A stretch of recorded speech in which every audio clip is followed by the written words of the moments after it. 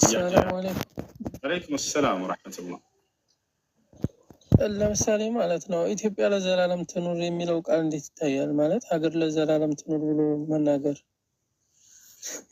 እሺ ዘላለም ለሁለት ይከፈላል። አንደኛ ያለምንም መጥፋት ለዘላለም መኖር አለ። ይህ ደግሞ ለሰማይና ለምድር አልተሰጠም። ያለምንም መጥፋት ለዘላለም መኖር ለምድርና ለሰማይ አልተሰጠም፣ ጠፊዎች ናቸውና። አላህ በቁርአን ሲናገር ኩሉ መን ዐለይሃ ፋን ይላል። በሰማይ በምድር ያለው ሁሉ ጠፊ ነው፣ ኃላፊዎች ናቸው እያለ ይናገራል። ስለዚህ ለዘላለም እንዳው ያለምንም መቋረጥ ለዘላለም ይኖራሉ ወይ? ላ አይኖሩም። የፈለገሽ ጊዜ ብትጸልይ ማለት ነው። ሁለተኛው ግን ጊዜያዊ ዘላለምነት አለ። ያ ማለት ባለች እስካለች ድረስ ይቺ ሀገር እንደው በጥሩ ማንነቷ ጸንታ እንድትኖር መለመን። ይህኛው ከሆነ የታሰበው ችግር የለም። በቻል ባለችበት በተሰጠችበት ጊዜ የሆነ ዘላለማዊነት ይሄ ነው። ይህ ለዘላለም ትኖራለች ወይ? ላ አትኖርም። ጠፊዎች ናቸው። ሰማይና ምድር ሁሉ ያልፋሉ።